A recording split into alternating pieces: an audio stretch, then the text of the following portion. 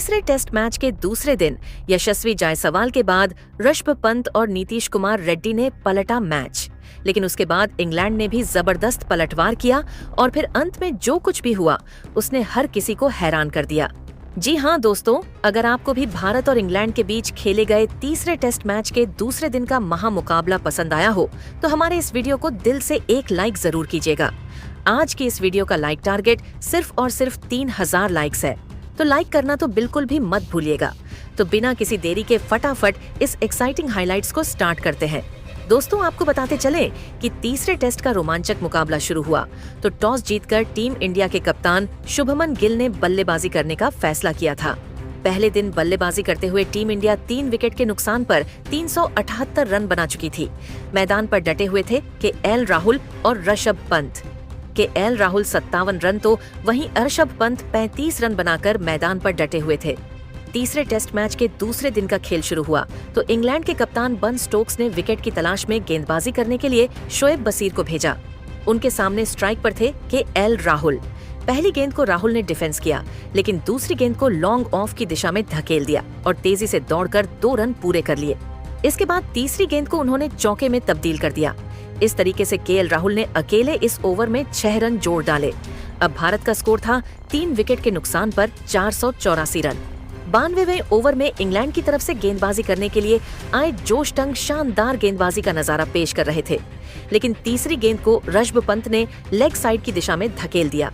गेंद तेजी से बाउंड्री की तरफ बढ़ रही थी, जहां पर खड़े थे जैक क्राली। शानदार फील्डिंग करते हुए जैक क्राली ने गेंद को बाउंड्री के पार जाने से रोक दिया, लेकिन तब तक ऋषभ पंत चीते की रफ्तार से दौड़कर 3 रन पूरे कर चुके थे। अगली गेंद पर केएल राहुल को सिंगल ही मिल सका और अब स्ट्राइक पर आ चुके थे। एक बार फिर से ऋषभ पंत। स्ट्राइक पर आते ही पंत ने 5वीं गेंद पर ऑफ स्टंप के ऊपर से खतरनाक लगाकर टीम इंडिया के स्कोर को रॉकेट की रफ्तार से आगे बढ़ाया। जोश टडन का यह ओवर इंग्लैंड के लिए काफी महंगा साबित हुआ। उन्होंने अपने इस ओवर में 10 रन लुटा दिए। अब टीम इंडिया का स्कोर 394 रन तक पहुंच गया था। दोनों बल्लेबाज पूरी तरीके से मैदान पर सेट हो चुके थे और तेजी से रन बटोरते हुए टीम इंडिया के स्कोर को आगे बढ़ा रहे थे। वहीं ऋषभ पंत धीरे धीरे अपने अर्धशतक की तरफ बढ़ रहे थे। 95वें ओवर में इंग्लैंड के कप्तान बन स्टोक्स ने रणनीति बनाई और गेंद को जो रूट के हाथों में थमा दिया, लेकिन इस बार ऋषभ पंत ने उनकी जमकर धुनाई कर दी। ओवर की पहली गेंद पर पंत ने खतरनाक चौका जड़ दिया, फिर दूसरी गेंद पर तेजी से दौड़कर 2 रन पूरे कर लिए। इसके बाद भी ऋषभ पंत का बल्ला रुकने का नाम नहीं लिया और ताबड़तोड़ अंदाज में बल्लेबाजी करते हुए उन्होंने 5वीं गेंद पर मिड विकेट के ऊपर से सनसनाता हुआ लगाकर जो रूट के होश उड़ा दिए। इसी के साथ ऋषभ पंत ने अपना तूफानी अर्धशतक भी पूरा कर लिया। 95वें ओवर की समाप्ति के बाद टीम इंडिया का स्कोर 707 रनों तक पहुंच गया था, जहां एक छोर से ऋषभ पंत चौके और लगाकर टीम इंडिया के स्कोर को तेजी से आगे बढ़ा रहे थे। वहीं दूसरी तरफ के केएल राहुल भी कंधे से कंधा मिलाकर उनका भरपूर साथ रहे थे, जबकि इंग्लैंड की टीम को विकेट की तलाश थी। 98वें ओवर में इंग्लैंड के कप्तान बेन स्टोक्स ने बॉलिंग करने के लिए क्रिस वोक्स ने इतना खतरनाक गेंदबाजी किया कि दोनों बल्लेबाजों के होश उड़ गए। केएल राहुल और ऋषभ पंत दोनों बल्लेबाज इस ओवर में संभल कर बल्लेबाजी करते हुए अपना विकेट बचाने में लगे हुए थे। क्रिस वोक्स ने खतरनाक गेंदबाजी करते हुए इस ओवर में सिर्फ 2 रन ही बनने दिया, लेकिन वह भी ऋषभ पंत और राहुल की साझेदारी को नहीं तोड़ सके और वापस लौट गए। इंग्लैंड की तरफ से 100वां ओवर लेकर आए खुद कप्तान बेन स्टोक्स उनके सामने स्ट्राइक पर मौजूद थे केएल राहुल। बेन स्टोक्स की पहली और दूसरी गेंद पर राहुल एक भी रन नहीं बना सके, लेकिन तीसरी गेंद पर ऑफ साइड की दिशा में शानदार चौका लगाकर टीम इंडिया के स्कोर को तेजी से आगे बढ़ाया। फिर अगली गेंद पर लेग साइड की दिशा में 98 मीटर का तगड़ा लगाकर बन स्टोक्स की जमकर धुनाई कर दी। 5वीं गेंद पर सिंगल लेकर के केएल राहुल ने स्ट्राइक ऋषभ पंत को दे दिया। ओवर की अंतिम गेंद पर पंत को भी 1 रन ही मिल सका। 100 ओवर की समाप्ति के बाद टीम इंडिया का स्कोर 438 रनों तक पहुंच गया। वहीं केएल राहुल धीरे धीरे अपने शतक की तरफ बढ़ रहे थे। 103वें ओवर में इंग्लैंड के कप्तान बन स्टोक्स ने शोएब बशीर के हाथों में गेंद को थमा दिया, लेकिन इस बार तो केएल राहुल ने आतंक मचाकर रख दिया। ताबड़तोड़ अंदाज में बल्लेबाजी करते हुए राहुल ने शुरुआती 2 गेंदों में लगातार 2 गगनचुंबी लगाए, फिर तीसरी गेंद को चौके में तब्दील कर दिया। इसके बाद भी केएल राहुल का तूफान रुकने का नाम नहीं लिया और खतरनाक बल्लेबाजी करते हुए उन्होंने चौथे और पांचवी गेंद पर भी खतरनाक लगाकर शोएब बशीर को खून के आंसू रोने के लिए मजबूर कर दिया। शोएब बशीर ने अपने इस ओवर में 28 रन लुटा दिए। 103 ओवर की समाप्ति के बाद टीम इंडिया का स्कोर 461 रनों तक पहुंच गया था। वहीं के एल राहुल को अपना शतक पूरा करने के लिए सिर्फ 5 रनों की जरूरत थी। 108वें ओवर में इंग्लैंड के कप्तान बन स्टोक्स ने रणनीति बनाई और विकेट की तलाश में गेंदबाजी करने के लिए ब्राइडन कार्स को बुला लिया। ब्राइडन कार्स शानदार गेंदबाजी का नजारा पेश कर रहे थे, लेकिन ओवर की चौथी गेंद पर के एल राहुल ने जबरदस्त लगाकर अपना तूफानी शतक भी पूरा कर लिया। वहीं के एल राहुल धीरे धीरे अपने शतक की तरफ बढ़ रहे थे। 103 ओवर में इंग्लैंड के कप्तान बन स्टोक्स ने शोएब बशीर के हाथों में गेंद को थमा दिया, लेकिन इस बार तो केएल राहुल ने आतंक मचाकर रख दिया। ताबड़तोड़ अंदाज में बल्लेबाजी करते हुए राहुल ने शुरुआती 2 गेंदों में लगातार 2 गगनचुंबी लगाए, फिर तीसरी गेंद को चौके में तब्दील कर दिया। इसके बाद भी केएल राहुल का तूफान रुकने का नाम नहीं लिया और खतरनाक बल्लेबाजी करते हुए उन्होंने चौथे और पांचवी गेंद पर भी खतरनाक लगाकर शोएब बशीर को खून के आंसू रोने के लिए मजबूर कर दिया। शोएब बशीर ने अपने इस ओवर में 28 रन लुटा दिए। 103 ओवर की समाप्ति के बाद टीम इंडिया का स्कोर 461 रनों तक पहुंच गया था। वहीं के एल राहुल को अपना शतक पूरा करने के लिए सिर्फ 5 रनों की जरूरत थी। 108वें ओवर में इंग्लैंड के कप्तान बन स्टोक्स ने रणनीति बनाई और विकेट की तलाश में गेंदबाजी करने के लिए ब्राइडन कार्स को बुला लिया। ब्राइडन कार्स शानदार गेंदबाजी का नजारा पेश कर रहे थे, लेकिन ओवर की चौथी गेंद पर के एल राहुल ने जबरदस्त लगाकर अपना तूफानी शतक भी पूरा कर लिया। के एल राहुल का यह शतक 147 गेंदों में 9 चौकों और 7 की सहायता से आया। उन्होंने बल्ले को हवा में लहराकर इस मोमेंट का सेलिब्रेशन किया। इस तरीके से 108 ओवर की समाप्ति के बाद टीम इंडिया का स्कोर 473 रनों तक पहुंच गया। दोनों बल्लेबाज मजबूती के साथ मैदान पर अपना पैर जमा चुके थे और दोनों खिलाड़ियों के बीच बड़ी साझेदारी भी हो चुकी थी, जबकि इंग्लैंड की टीम को इस मुकाबले में बने रहने के लिए विकेट की तलाश थी।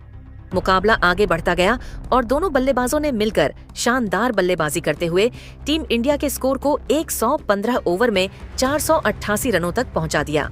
लेकिन तभी 116वें ओवर में खतरनाक गेंदबाजी करते हुए शोएब बशीर ने ऋषभ पंत को क्लीन बोल्ड करके उनके चारों खाने चित कर दिए।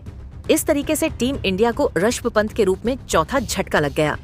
ऋषभ पंत टीम इंडिया के लिए 78 रनों की पारी खेलकर वापस लौट गए, लेकिन केएल राहुल अभी भी मैदान पर डटे हुए थे और उनके साथ देने के लिए नए बल्लेबाज करुण नायर मैदान पर उतरे। दोनों बल्लेबाजों के कंधों पर टीम इंडिया की पूरी जिम्मेदारी आ चुकी थी। दूसरे दिन खतरनाक बल्लेबाजी करते हुए ऋषभ पंत और के एल राहुल ने जिस तरीके से इंग्लैंड के गेंदबाजों पर दबाव बनाकर रखा, उसका भरपूर फायदा करुण नायर को भी मिला। मैदान पर उतरते ही नायर ने सिंगल लेकर अपना खाता खोला।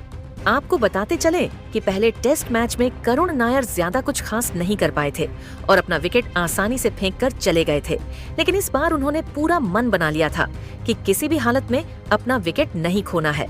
समझदारी से बल्लेबाजी करते हुए करुण नायर ने केएल राहुल का भरपूर साथ दिया और टीम इंडिया के स्कोर को 120 ओवर में 490 रनों तक पहुंचा दिया। लंच के बाद मुकाबला दूसरा सेशन शुरू हुआ तो करुण नायर और ज्यादा आक्रामक होते चले गए। शुरुआती 23 गेंदों में वह सिर्फ 11 रन बना सके, लेकिन इसके बाद उन्होंने गियर चेंज किया। 128वें ओवर में करुण नायर ने इतना खतरनाक बल्लेबाजी किया कि उनके सामने गेंदबाजी कर रहे ब्राइडन कार्स घुटने टेकते हुए नजर आए। आतंक मचाते हुए करुण नायर ने ब्राइडन कार्स के इस ओवर में 4 और 2 खतरनाक चौके लगाए। इस तरीके से उन्होंने अकेले दम पर 128वें ओवर में 32 रन जोड़कर इंग्लैंड की टीम में टहलका मचा दिया। वहीं करुण नायर धीरे धीरे अपने अर्धशतक की तरफ बढ़ रहे थे। 130वें ओवर में इंग्लैंड की तरफ से विकेट की तलाश में गेंदबाजी करने के लिए आए जोश टंग की पहली गेंद पर केएल राहुल ने चौका जड़ दिया। फिर अगले गेंद पर उन्होंने एकल लेकर स्ट्राइक करुण नायर के हाथों में थमा दिया। नायर को तो बस इसी अवसर का ही इंतजार था। जैसे ही वह स्ट्राइक पर आए, उन्होंने लगातार 2 चौके लगाकर अपना तूफानी अर्धशतक पूरा कर लिया। 130 ओवर की समाप्ति के बाद टीम इंडिया का स्कोर 541 रनों तक पहुंच गया। मुकाबला आगे बढ़ता गया और दोनों बल्लेबाजों का तूफान जारी रहा। इंग्लैंड के कप्तान बेन स्टोक्स ने अपने हर गेंदबाज शोएब बशीर से लेकर जोश टंग, यहां तक कि ब्राइडन कार्स और क्रिस वक्स को भी आजमा लिया था, लेकिन उनके हर गेंदबाज करुण नायर की तूफानी बल्लेबाजी के सामने फेल होते हुए दिखाई दे रहे थे। इसीलिए 141वें ओवर में विकेट की तलाश में गेंदबाजी करने के लिए खुद बंद स्ट्रोक्स आ गए। उनके चेहरे पर कॉन्फिडेंस दिख रहा था और इसी का फायदा उठाते हुए उन्होंने पहले ही गेंद पर करुण नायर को जो रूट के हाथों कैच पकड़वाकर उनको पवेलियन का रास्ता दिखा दिया। इस तरीके से करुण नायर की तूफानी बल्लेबाजी का अंत हुआ। अपने इस बल्लेबाजी के दौरान नायर ने 8 और 5 चौके 79 रनों की तूफानी पारी खेलकर वो वापस लौट गए। इस तरीके से दूसरे दिन टीम इंडिया के 2 विकेट गिर चुके थे, लेकिन एक तरफ के एल राहुल लगातार क्रीज पर डटे हुए थे। करुण नायर का विकेट गिरने के बाद के एल राहुल का साथ देने के लिए मैदान पर उतरे नए बल्लेबाज नीतीश कुमार रेड्डी। आपको बताते चले कि यह वही नीतीश कुमार रेड्डी है जिन्होंने बॉर्डर गावस्कर ट्रॉफी में ऑस्ट्रेलिया के खिलाफ शतकीय पारी खेलकर टहलका मचा दिया था। नीतीश कुमार रेड्डी के चेहरे पर विकेट गिरने का दबाव बिल्कुल भी नहीं दिख रहा था और आते ही उन्होंने अपने अंदाज में लगाकर खाता खोला। 145 ओवर की समाप्ति के बाद टीम इंडिया का स्कोर 5 विकेट के नुकसान पर 553 रनों तक पहुंच गया। अब दोनों बल्लेबाजों ने अटैकिंग पारी खेलने का पूरा मन बना लिया था। शानदार बल्लेबाजी करते हुए के एल राहुल ने 148वें ओवर की अंतिम गेंद पर चौका लगाकर अपने 100 रन भी पूरे कर लिए। नीतीश कुमार रेड्डी और के एल राहुल दोनों बल्लेबाज आज अलग ही अंदाज में दिख रहे थे। खासकर जिस तरीके से के एल राहुल बल्लेबाजी कर रहे थे